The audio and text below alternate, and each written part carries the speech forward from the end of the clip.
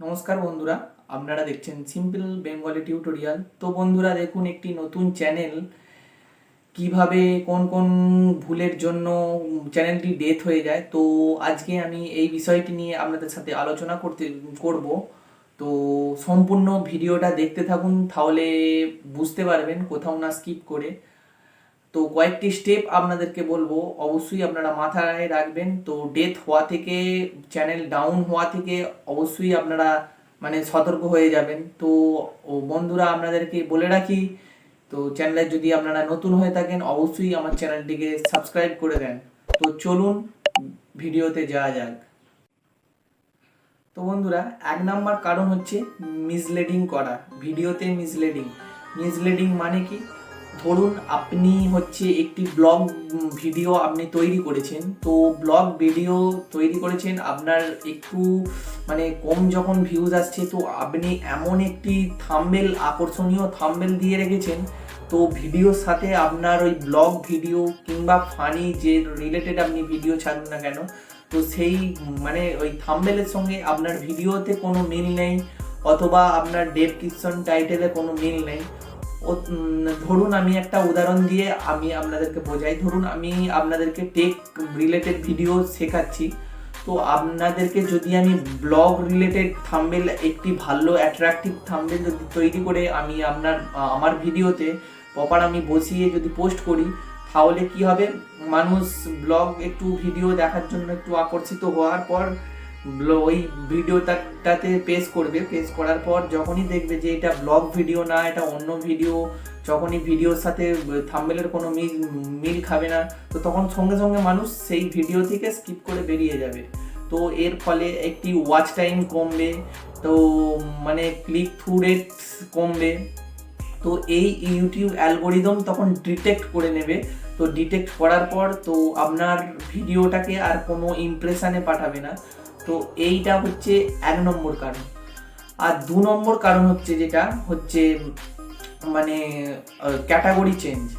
তো বন্ধুরা ধরুন আপনি একটি ফানি ভিডিও অথবা cooking related video, blog video আপনি বানান, যে রিলেটেড ভিডিও বানান, তো সেই ক্যাটাগরি ইউটিউবেতে আছে। তো সেই ক্যাটাগরি আপনাকে চুজ করেই ভিডিওকে আপলোড করতে হবে।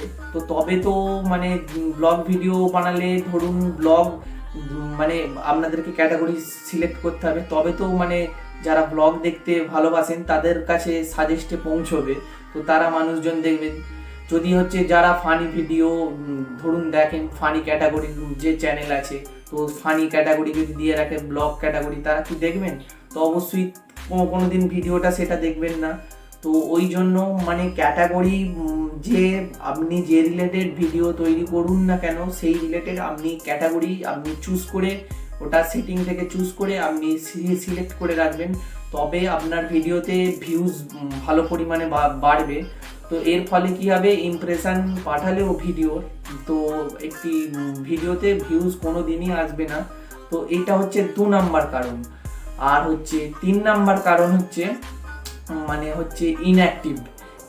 মানে কি? ধরুন আপনি একটি প্রপার একটা ভিডিও করেছেন, তো প্রপার ভিডিওটা করার পর আপনারা প্রপারভাবে যে রেগুলার একটি নির্দিষ্ট টাইমে যে আপনারা ভিডিওকে পাবলিশ করেন, কিংবা ধরুন সকাল 9টায় ধরুন আপনারা ভিডিওকে পাবলিশ করেন, তো সকাল 9টাতেই রেগুলার আপনাদেরকে ভিডিও পাবলিশ করতে হবে।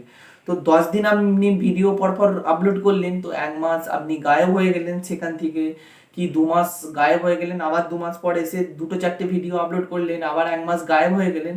তো এ করলে চলবে না। এ করলে কি হবে, ইউটিউবের হাজার ক্রিয়েটাররা হাজার হাজার ভিডিও ছাড়ছে, তো সেই হিসেবে ইউটিউব অ্যালগোরিদমের কাছে আপনাকে উপস্থিত দেখাতে হবে। আমি যে একটা অ্যাক্টিভ আছি, আপনি রিলস পোস্ট করে হোক কিংবা কমিউনিটি পোস্ট করে হোক, অডিয়েন্সকে বোঝাতে হবে, আপনার যে দর্শক বন্ধুরা আছেন, যে আছেন যতই এ করুন, 1 দিন 2 দিন গ্যাপ হোক সেটা ঠিক আছে। তো আপনাদেরকে দর্শকদের আপনার যে অডিয়েন্স আছে, তো তাদের কাছে অ্যাক্টিভ থাকতে হবে যে আমার চ্যানেলটি আছে। তো এই ইনঅ্যাক্টিভ থাকার কারণে অনেক চ্যানেল আমি দেখেছি তো ডেথ হয়ে যায়। তো ভিডিও পাবলিশ হয়তো প্রথম প্রথম করেন, প্রথম প্রথম করার পর 1 মাস উধাও হয়ে যায়, কি ভিউজ আসছে না, তারপর মানে মন যখন চায় তখন ভিডিওকে পাবলিশ করে, তো এটা করলে হবে না।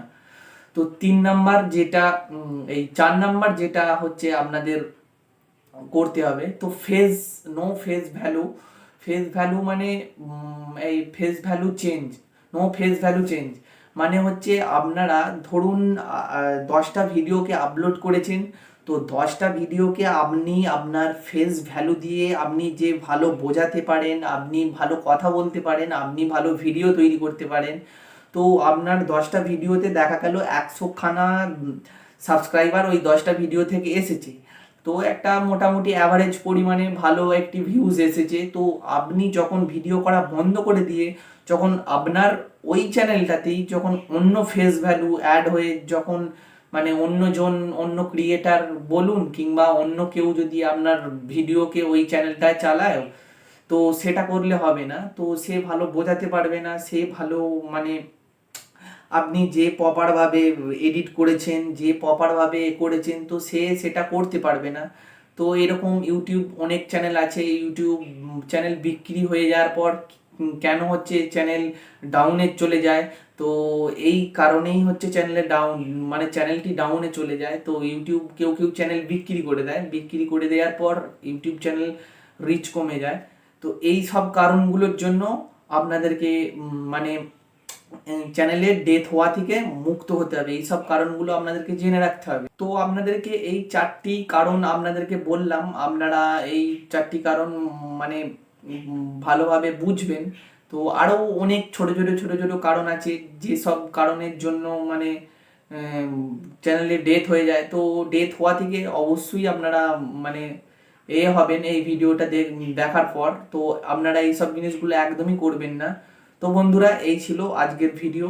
তো আমার ভিডিওটি যদি অবশ্যই আপনাদের কাছে ভালো লেগে থাকে তো আমার চ্যানেলটি সাবস্ক্রাইব করে দিন, আর একটি কমেন্ট করে জানান যে আমার ভিডিওটি কেমন লেগেছেন, এবং একটি লাইক করে দিন।